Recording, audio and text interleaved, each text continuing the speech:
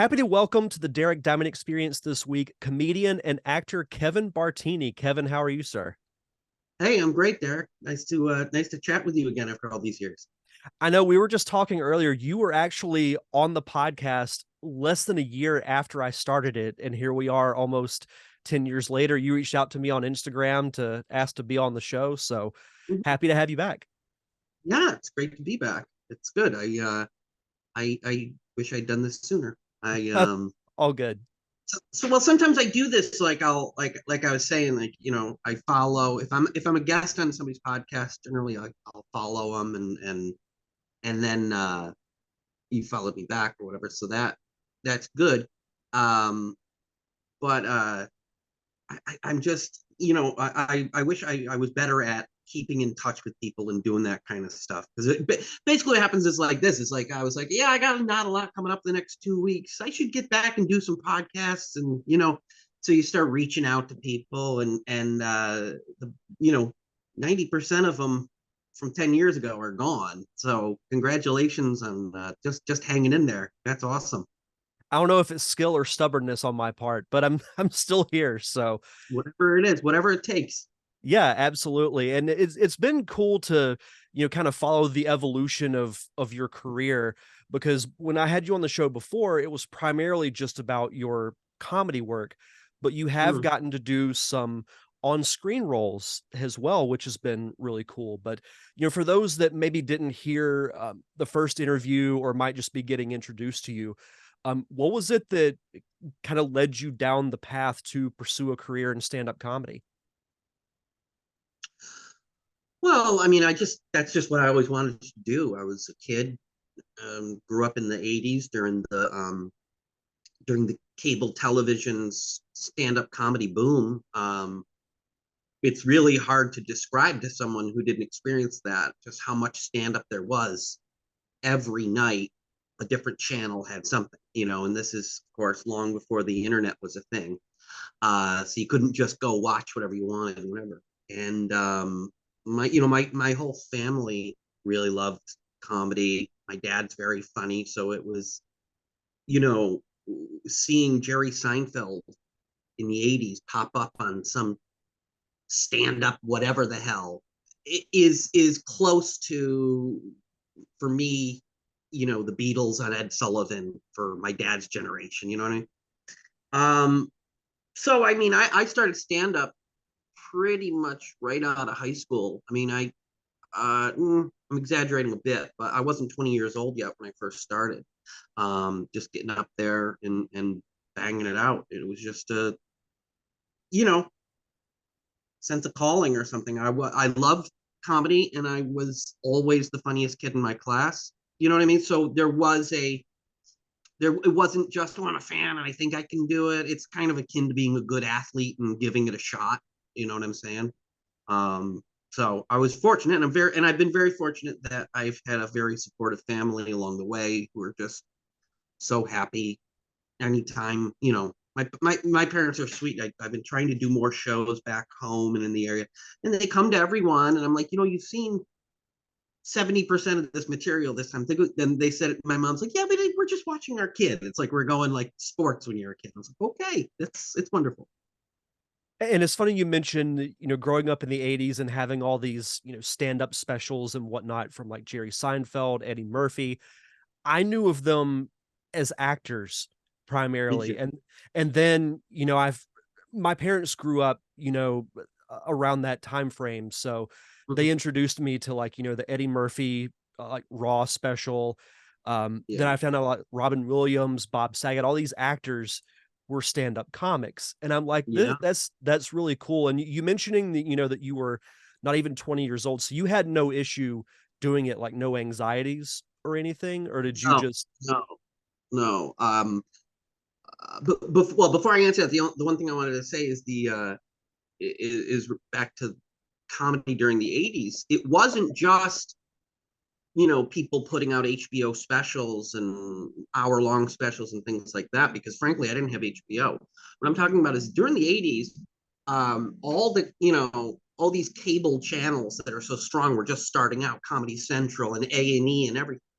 And stand-up comedy was a very affordable thing to make, because it was, it was literally, most of them were filmed on location, and there would be like Caroline's Comedy Hour or an evening at the Improv or stand up or whatever.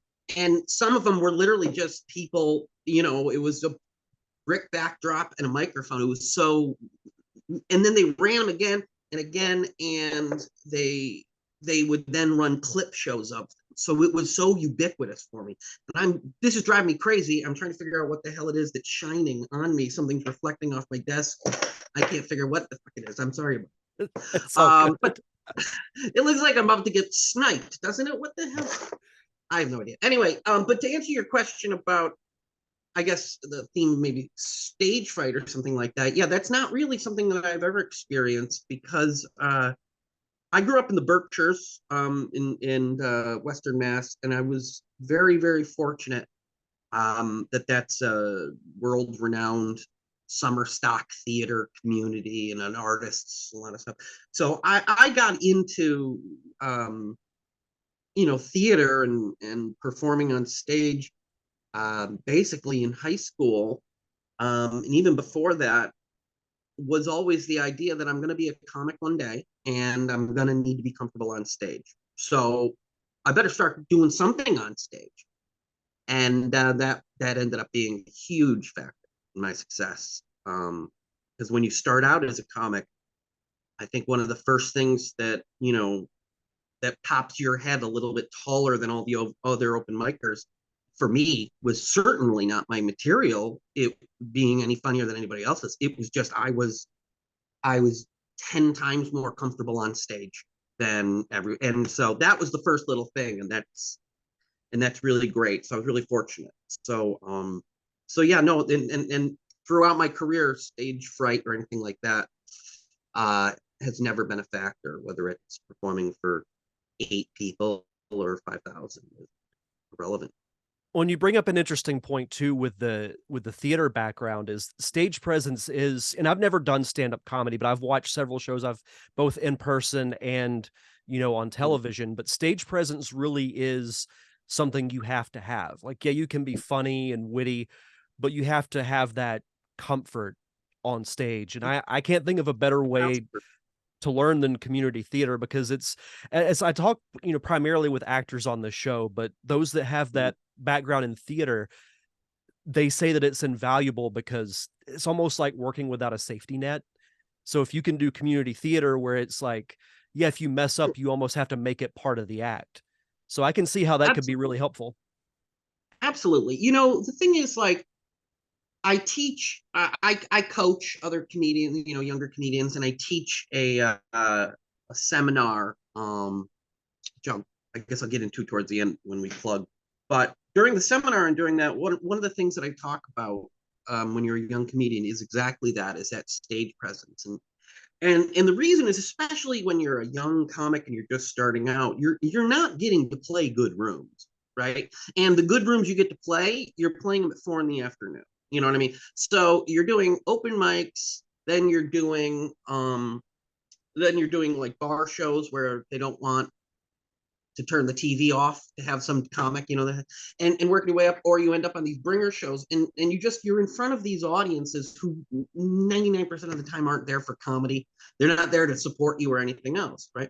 So, and a lot of times those people who have come like to the bringer shows and stuff have been burned before. They're supporting their friend, but they know what they're in.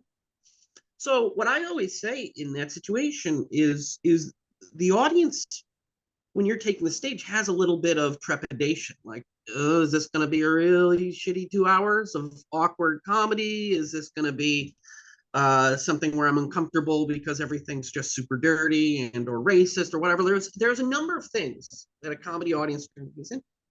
So what I was saying that this is what stage presence is for me. Every time I get on an airplane, I am looking. There's one thing I do. Okay, when I step foot on the plane, I turn to my left, I look into the cockpit, and the only thing I want to see, I don't care if the pilot is a man or a woman. I don't care if he's tall, short, black, white, anything else.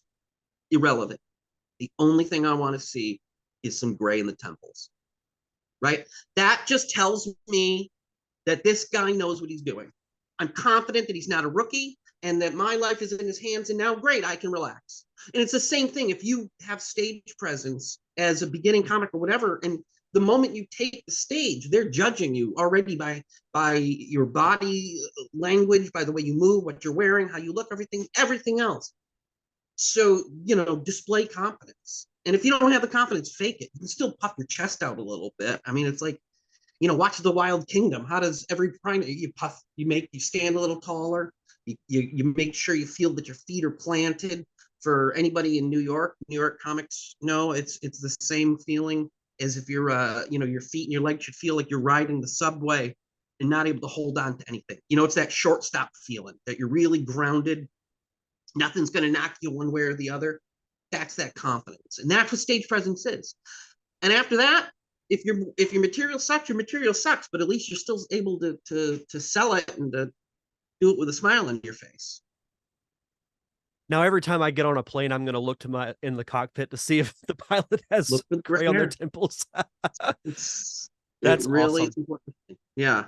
Yeah, no, that's great. And I think that's great that now that you've had this, career for so many years, you're passing your knowledge along to like the next generation of comics because Mhm. that's what people in comedy or really any kind of profession should do because it's not going to continue if you don't pass the knowledge down. Yeah. Thank you. Yeah. That was, man, that was definitely a product of COVID and lockdown. And I'm 44, but I'm an old man in this industry. Like I now have, because I did start at 19. So I've been in a quarter century, but which is kind of took me a second to, what I mean. For a bit, it was like, what do I have to say or what? And I was asked by two separate people, unrelated incidents, within 24 hours if I would run a writing class or a group, whatever.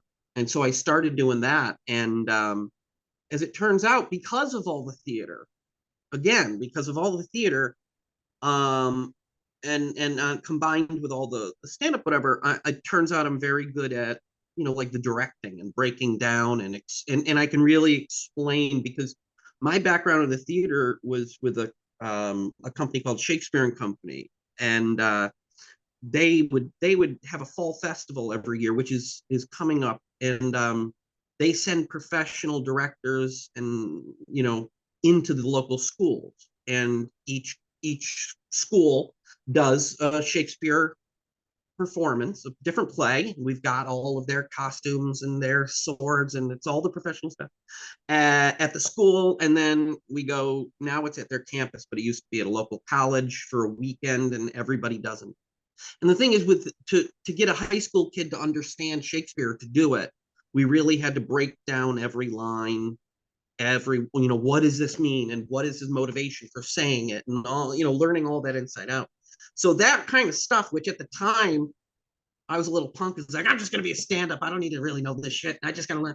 Like it's sunk in, and now it comes out, and I'm actually able to you know to to share some knowledge in a way that's, believe it or not, succinct. I know I'm prattling on here, but I can. Turns out it was a thing I knew. I figured out I can do, and then I guess, well, yeah, I've got 25 years and a ton of different credits, so why wouldn't somebody want to give it a shot? And when that was the other stumbling block, is when I was starting out, it was kind of considered hack to be a comedy teacher. Like if you can't teach, basically, but but now everything has changed, and I've taken classes from some great comics, and that being said, there's also some real shitty ones out there who are teaching. So you got to look at what you're getting and who you're getting advice from, and all of that. But I figured, well, if somebody's willing to give it a shot, then I'll do it, and it's been a pretty successful thing. But I agree, you do want to be able to pass things down. That's art, and how you do art is passing things from one to the next, and you know whether it's painting or comedy or playing a guitar, it's invaluable to have somebody who's already knows how to do it just to show you, well, put your finger here and this is a chord, it's that kind of stuff.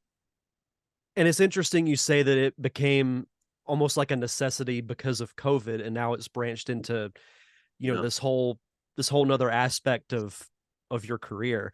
And Mhm. it just it changed a lot of things, from, obviously with you, with the film industry, with a lot of things, but I think also a lot of bad came out of COVID, but some good came out of it too, like you just mentioned.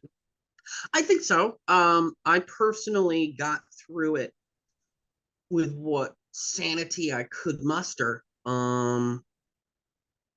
Treating treating it like I was going back to some sort of a larval state, like I was just in a cocoon here, and the comic that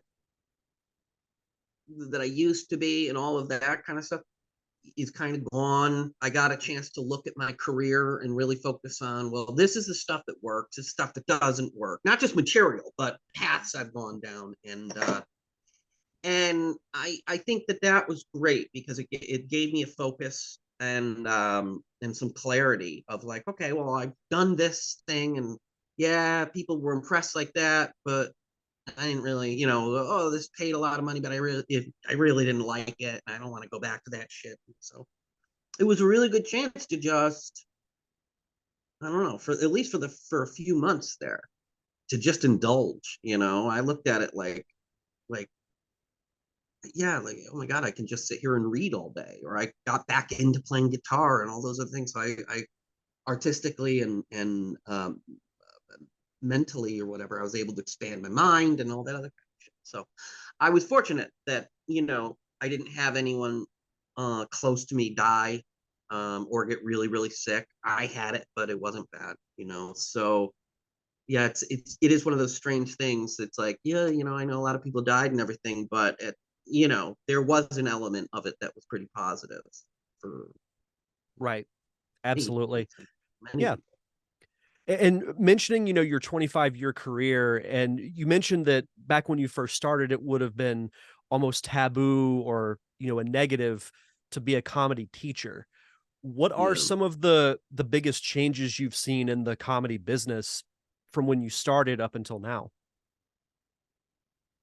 Well, comedy teaching and also appearing on cruise ships both used to be hack and no longer are considered hack. And that's because the cruise ship industry made big changes and focused on wanting quality over whatever they've been. The biggest changes in the industry since I started, I mean, well, just the technology. When I started, I was still, I was at the point of recording myself on a cassette, having a little cassette player, one of those little mini ones on the set next to me. You would go to a gig, you would have to, print out MapQuest, that kind of stuff. Websites and all of that were very rudimentary. Um, but I think what's changed now is YouTube has changed things, and um, uh, TikTok, that kind of stuff. That there's more, and this is definitely somewhere where I fall behind.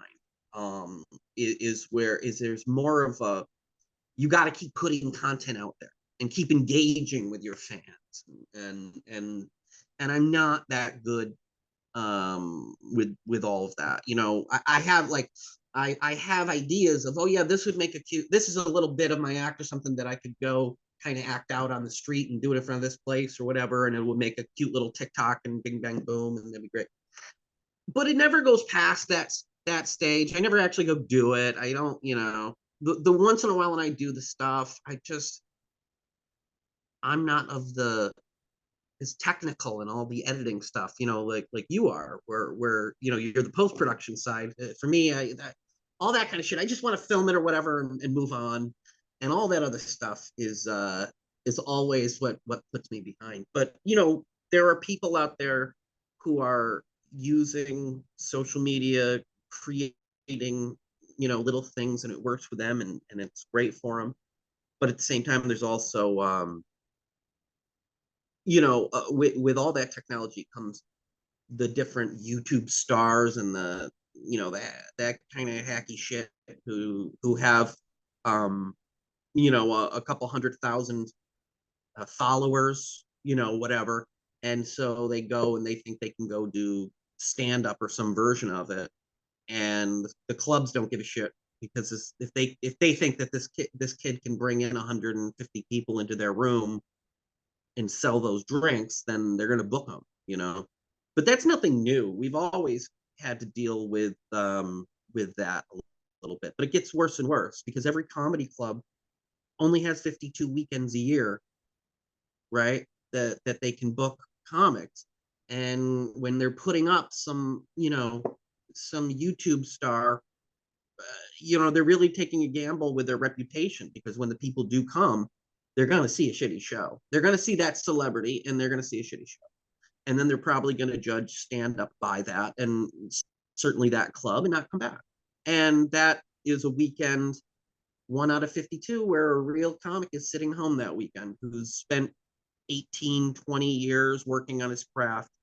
And he's making no money. So that's the negative side of it. Yeah, and I think that's been the biggest change, really, is technology and the effect it's had on the industry. Yeah, and it can be tough. You mentioned that you say you're not the greatest as far as like keeping up with social media and having to use like TikTok and things like that. I Yeah, I totally feel your pain because as a podcaster, it's kind of the same thing is that you have to put content out there because if you don't, people are going to forget about you. So, and yeah, with this show, I took a year off and it's taken me a while to build it back to where it was. yep, And yeah, and I can understand that frustration with, having somebody that, has a lot of followers and yeah, they can bring in a lot of money, but yeah, reputation and credibility is still just as important. yeah. I feel that God rest his soul, but we used to just say, our shorthand was Screech. Remember Derek Mhm, Dustin died. mhm. Um, no relation, I'm No guessing. relation, no. um, that was the thing. It was like he personified that with those TV stars and stuff like that. There's a good amount of them who were just, now I guess, who were just getting the same thing, getting booked based on their name and that they can bring people in, but have absolutely no experience. So, I did hear, I do know his manager, and I do know that he was a nice guy and a good guy in real life. So I feel bad for him, and I feel bad that people called him out on that. But it's just part of that business. It's always happened. Right. It's always was, I guess. Yeah. Yeah. I did want to ask you too because you've become pretty well known for being an audience warm up comic. Mm, And what's interesting is that I've never really experienced that firsthand until my wife and I were in LA a few weeks ago, and we went yeah. to a live showing of America's Got Talent, and they had someone that was there, kind of like warming up the crowd and getting them hyped up and Mhm. everything. So I've now see firsthand the importance of having someone like that. So how did you get into that, and how's your experience been? I got into it from well, you know what, from when I started out doing stand up. Um, one thing that I did that was so out of my back smart, game changing, was that I also went down to the Upright Citizens Brigade and took improv class. So I took my 4 levels of learning how to do the Herald, which I won't get into; it's too heady. But really, what I needed and to get out of that was what I learned probably in the first 2 or 3 weeks of level one. Because what I learned were those improv comedy little techniques and things and concepts about working at the top of your intelligence and everything else, yes and how to elevate and how to find the game and find the strange thing and all that. And so what happened was, I I'll tell you really quick. I was hosting a show, one of my first times hosting a weekend show at Stand Up New York, and it was a Saturday night, and this is a club where they would have like probably five comics in 90 minutes. And then, those comics are coming in, doing a spot, and then running across town and off to the next one and this and that. And so it's important that it keeps on time. So I went up and I did my first probably 10 minutes up front, which was just what stand up I had at that time, all 10 minutes. And it was fine. I did fine. It was good. Brought up the first comic, and the second comic was stuck in traffic coming from another spot.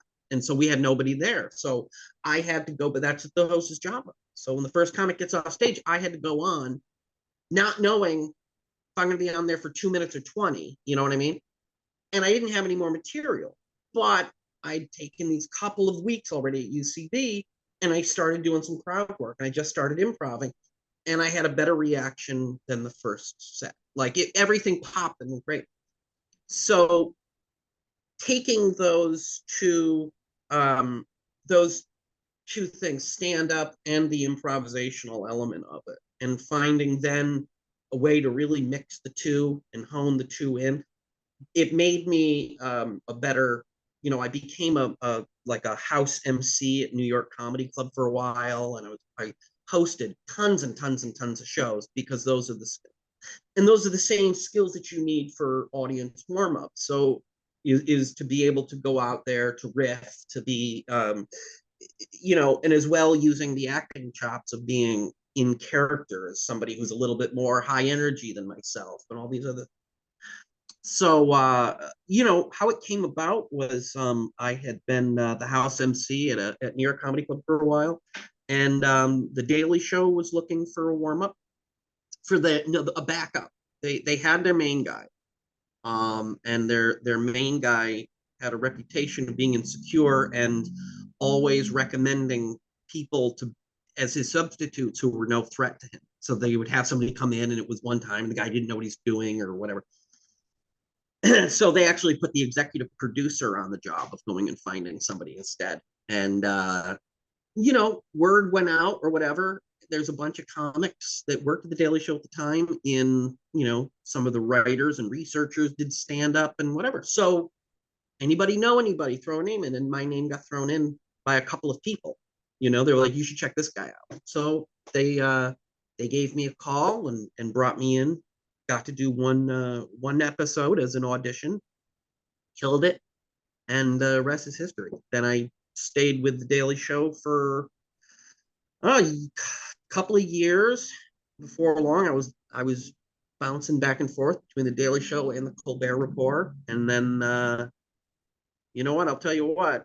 Having a resume there with John and Stephen right on the top of it opened some doors for audience warm up. I ended up in 8 years time, um, doing a total of, I think, 25 different TV shows. Wow. And yeah. And I'm always remembering, some of them are just a 1 day fill in thing, and some of them are an entire run, and some are season, but yeah, I was able to really capitalize on that for a good long time. And that was like I was saying with the pandemic, that was audience warm up is one of those things that I'm personally dialed back now. It's like I kind of did that. Now I'm teaching people how to do it and all that, but um it was a great ride, and I love being successful at it, and it's nice to have it in my hip pocket, and that if I, you know, every once in a while I'll get a call from some random show or something. Okay, yeah, I'll go pop down and fill in, and I like that. But I didn't frankly put all this work and effort into moving to New York and create craft just to be somebody's warm up act. You know what I mean? I want to be that, and they don't see you, in my experience, uh, as on camera if you're marketing yourself as a warm up. And the same Right. thing, comedy clubs don't see you as a headliner if you're marketing yourself as the warm up act. So gotta, now now I can be the old sage who teaches others how to do it. But no, it was a great experience. I mean, I got to meet so many really cool people and have so many cool, fun things. I'm so glad that I was able to do it for sure. Well, like you said, having the names Jon Stewart and Stephen Colbert on your resume, not a bad thing at all. Really isn't. That's a really good. Well, mentioning on camera, you have had the opportunity recently to be on camera for a couple of different shows. Mhm. One being The Marvelous Miss Maisel on Amazon Prime, which is an excellent show, and It is. the Sex and the City spinoff, and Just Like That. So we'll start with Which Miss is also Maisel. a show. Hmm? Which is also a show. Yeah, it is all. uh, with Miss Maisel, how did you get the role? Because you play a stand up comic named Billy Jones, which Yeah. is a great, like, old timey comic name, if I do say Yep. so. So how Yep. did you get that role, and how was the experience being on the show? Oh my God. Well, how I got the role was, I mean, that was just the old fashioned, you know, how everybody gets the role. I slept with the right casting people. My manager had submitted me the previous year to audition for another comic role, Eugene, and I didn't get that one.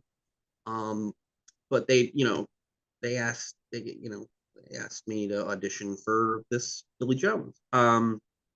I was fortunate because that was we filmed that during COVID. Um, I mean, we filmed that as soon as the industry opened back up. We were one of the first shows. So I had, I had to. I was fortunate that first of all, it was local hire only, right? So that cut down a lot of the competition. Um, but it was just, you do a self tape. They gave you the sides and self tape, and do them all the time, or used to, and until the strike. Um, got a call back, and I think did I? I don't even think I had to do a second self tape. I think I got the role. And Yeah, it was amazing. I mean, it's my mother's favorite show. I love the show too, but it was before I got on the show. It was her favorite. I mean, she loved it. So that was cool. Um, Rachel Brosnahan was an absolute sweetheart, really, really nice person. I got to do a couple scenes with her.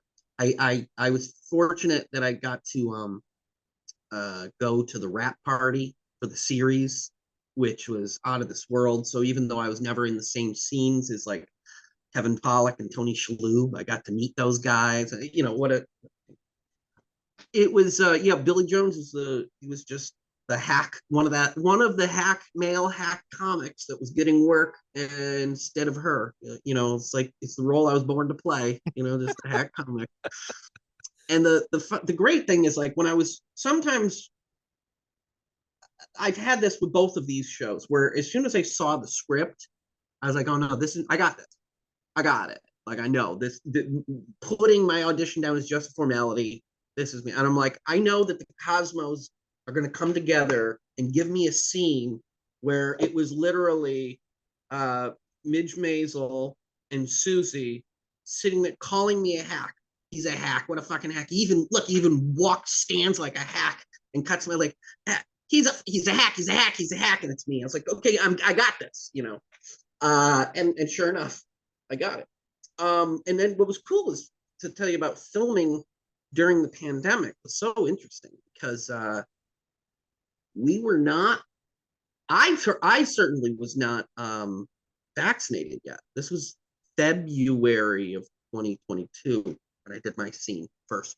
Um, so there was no vax, or there was whatever it was, but it was just opening back up. Um, Everybody, obviously had masks. And I remember two things I'll always remember is that first of all, the scene was this club scene, so everybody is dressed like it's 1959. There's this huge audience, and then as soon as they yell cut, all the extras throw their masks back on and pull their cell phones out, and it was just this really weird. Like, if I was a time traveler, it was weird to see people from the 50s wearing the masks, looking at their iPad. That was kind of trippy. And because of the wig that Rachel had to wear, um, she couldn't wear a mask. So they special made her an umbrella that came down like down to about probably maybe her ribs that low with a built-in fan, so it had some air coming out of it or whatever, so that was her protection. And then I also remember that the Susie, I'm blanking on the actress's name that played Susie. God damn it. I'll look it up. Yeah.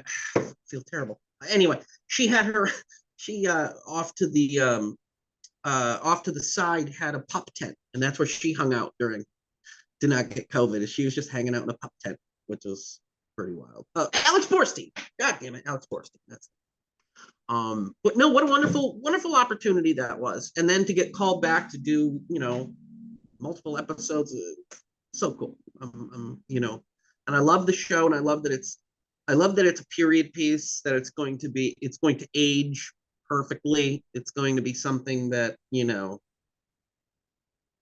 iconic. You don't get, when you get to be on those kind of shows. I'm very pinch me lucky that I get to do that. I got to be on I got to be on the Daily Show and the Colbert Report in their prime. I've been very fortunate that with some of the things I've got to do and just places and I've gotten to walk. Really cool. When I really think with Miss Maisel, I think especially like 10, 15 years from now, it's going to be looked at as one of the best comedy shows Oh of yeah, like this era, because yeah, all the actors do great. And I think Rachel Brosnahan is going to be an excellent Lois Lane once the new Superman yeah, movie comes out. yeah. It's So, going to be like, you know what, in 10, 15 years, it's going to be in the same class like Friends and Seinfeld and Cheers, in that because of streaming and whatnot, it's always going to find a new audience, mhm. right? And that I love that, and I love that idea that like when you watch an old episode of Cheers or something, and all of a sudden somebody pops on who then became a bigger star or something like that. It's like that's neat. I like that. And I like that. Okay, maybe that'll end up being me. Somebody will be like, "Oh, hey, that was God. He was young." Well, as we start to wrap up here, I did want to ask you, where can people sign up if they want to sign up for like your coaching or your writing classes? Where can Yeah, people go? And you're also going to be doing a seminar later this month, correct? I am. Yeah. Thank you for reminding me about that. So my webpage is kevinbartini.com, BAR, like the cocktail with a B. And there's stuff there for that people can sign up for the seminar or get in touch with comedy coaching or writing or stuff like that. The basic idea, the Saturday, October 28th, here in New York City, that's at 1 p.m. I'll be at the West Side Comedy Club on the Upper West Side, teaching the seminar. And so the seminar is it's called the art and business of comedy club hosting and teenage and TV audience warm up. And it's like I was saying earlier. It's during the pandemic, once I realized that I was using really the exact same muscle and the same to that I was as a TV warm up that I was using as a host all those times. That kind of shit. It didn't dawn on me until I thought about it.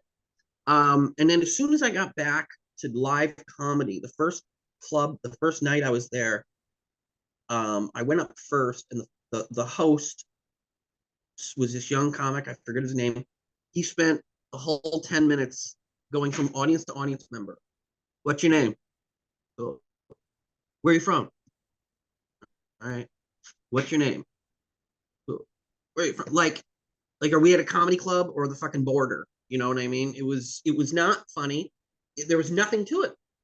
And all of a sudden I'm like, well, fuck, somebody should tell this young kid that there is an actual way of hosting a comedy show. Like and I was fortunate that coming up in the 90s, even the late 90s and the early aughts, I was still getting to work for and learn from the people who ran the clubs back in the day and the comics to show you that this is the way. So That's the idea of the seminar is that I put the two things together. And if you're a brand new comic or you're looking to break into the clubs more, hosting is a great way. And I teach you how to do it. And simultaneously, if you're a comic, and this is what I always love is like when it's great having new jacks who are learning, but every time there's somebody that's damn close to a peer of mine that have been doing comedy for over 10 years or whatnot. And they're looking to get into the TV aspect. So I kind of teach all those things. And then I answer, the seminar itself is generally somewhere around the neighborhood of 90 minutes. And I've been known to do another 90 minutes of answering any question anybody had. We've moved it upstairs to the bar. I will hold court, whatever. Um, and coaching, and I do some private classes and whatever, which is just people can reach out to me, and I'm glad to work with them. Fantastic. Well, Kevin, thank you so much for taking the time to come on the show. It was great to talk with you again. Yeah, you as well. My pleasure. Thank you so much for having me on. Let's do this again in another 9 years. What do you say? I'll put it on my calendar.